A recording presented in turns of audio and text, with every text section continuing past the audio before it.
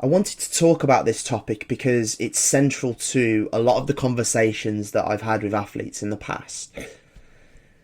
Being able to manage and balance your reflections is really important. Being able to see, yes, there are lots of things that you need to work on and the things that you're not doing at the moment, but also balancing that with things that you are bringing to the table on a consistent basis and being able to celebrate that, but also being able to spot those strengths.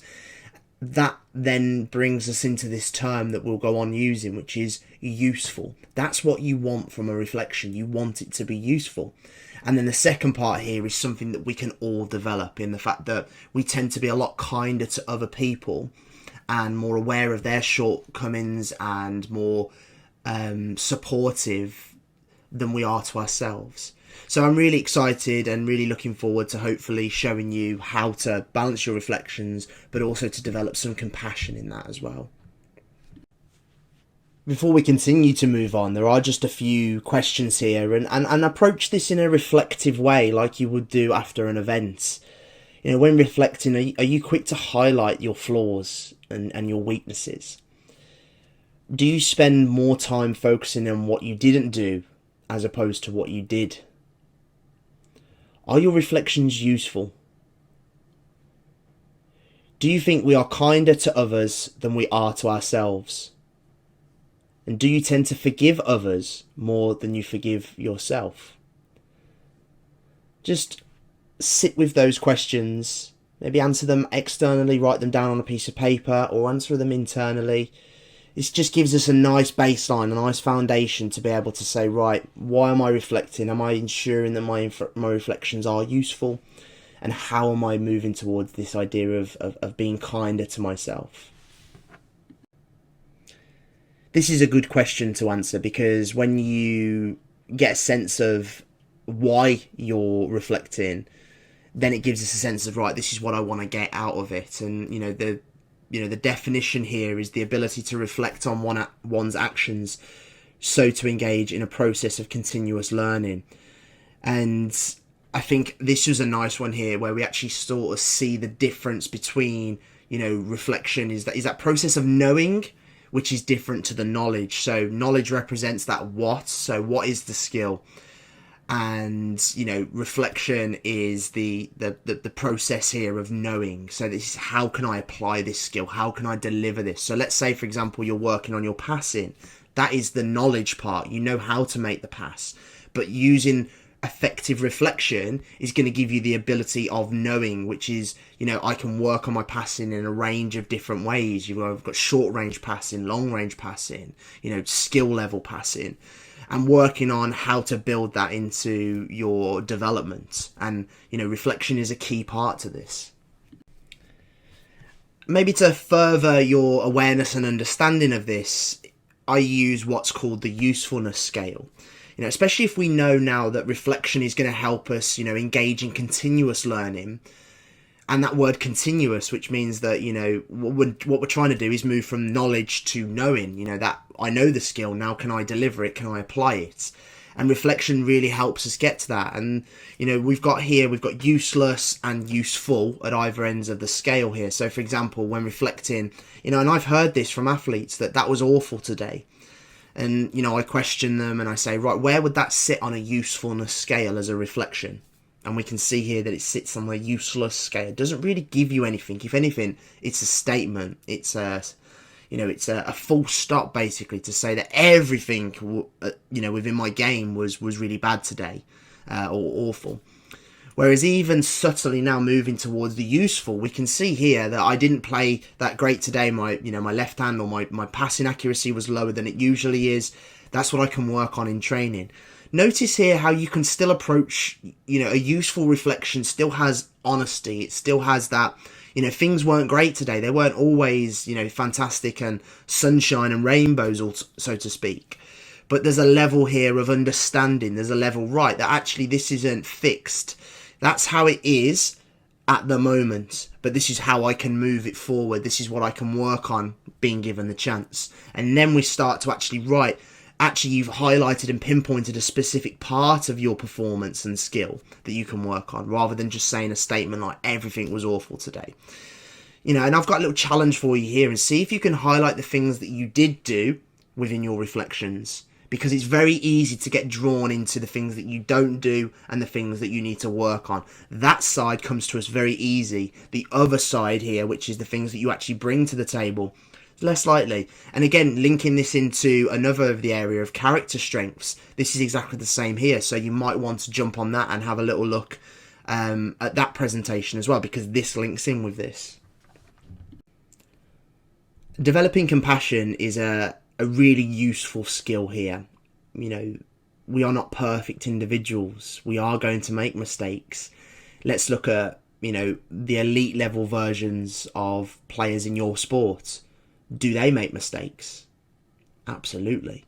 So it's not like as soon as you become elite or as soon as you become a professional that you stop making mistakes.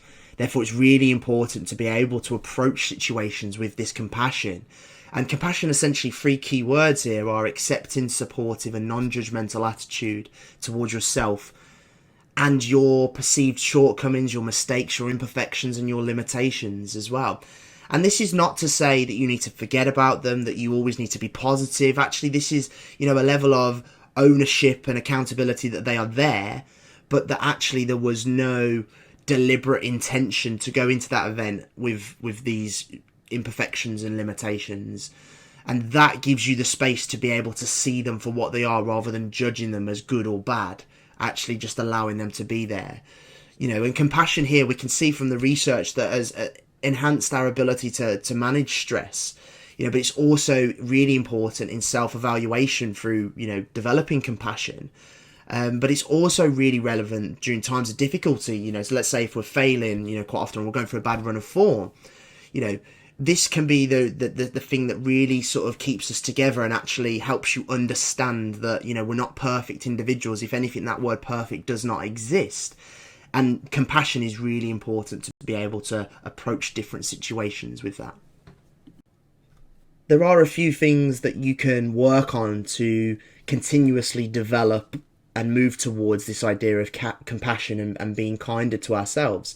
And when I say that, I look at this as more of a value as opposed to a goal, because if we think of a goal, maybe that's something that's got a start and an end point that we can actually complete, whereas these words, reflecting with kindness and compassion, we don't complete them, we just continue to move towards them. And I think that's really important here. And the first part is noticing and acknowledging, opening up to the situation, owning the mistakes, the setbacks and the weaknesses, but notice rather than react. For example, if I had something in my hand here, the difference between notice and reacting would be, this is reacting, this is just noticing. So can you do the same in a metaphorical stance? That was the behavior there. But in a metaphorical way, can you notice your mistakes, the setbacks that you made, your imperfections, your limitations and weaknesses, rather than really reacting to them, really judging them as, as a real bad thing, that you're poor for having these imperfections. The next part of this is understanding, and this represents the type of language that we use. A good way to really develop this is actually think about how you would approach situations for other people. This reflects this idea that we are better at being compassionate and kinder to other people than we are to ourselves. But as a movement and as a development point for reflecting that compassion and kindness towards ourselves, think about what you would say to other people. If a best friend came up to you and said, I've got all of these weaknesses, I'm awful, I'm terrible, all of these words that we might use ourselves, how would you approach that? Would you then go, yeah, do you know what you are? Or would you say, actually, no, you've got this, you've got this, you've got this. What about this? What about this moment here? What about that memory? Start to move towards that, and that in a way is how we start to develop compassion towards ourselves. We do this already with other people. Can we get better at doing it with ourselves? Another thing to ask here, this drop the mic question if you want, did you do it on purpose? That imperfection, that limitation, that mistake, that that setback that you made, did you do it on purpose with intention? Probably answer here is going to be no, isn't it? And if you didn't do it with deliberate intent, can you forgive yourself then? And then the action here, this is the key part. What can I do that moves you closer to where you want to be in this context then? And this is where we start to factor in the usefulness scale as well. So let's bring this all together then. So, before it was, this idea that, the reflections were, useless, useful, and this useless one here is that harsh labeling and criticism doesn't really do too much. And the question I ask you there is, what does that actually give you? If you're reflecting, in that useless way almost, what is that giving you? The other question you could ask is, what does it take away? And maybe you find actually that it takes more away than it actually gives you. This idea, that was awful today, and I always let myself down in big moments. Why do I do this? I'm such a bad player. Maybe some of you are going, I found myself saying that. Think back now in terms of what does that give you as a reflection. The next part here is, I didn't play that great today. My left-hand passing accuracy is lower than it usually is. That's something that I can work on in training, but I know I didn't make this on purpose tonight. I'm learning and becoming more experienced every time I play. This is what represents more of a useful, it's a bit of compassion here, a bit of kindness towards yourself as well. So this idea here is reflecting with the use of compassion. It won't guarantee performance for next time. It won't guarantee that everything will be sunshine and rainbows, but it will help you respond in a more effective way, with more understanding, with more acceptance of yourself. And just as a final note, these are some references from the research articles in which I gathered my information. Feel free to check them out, have a little look and explore in more detail if you find it interesting.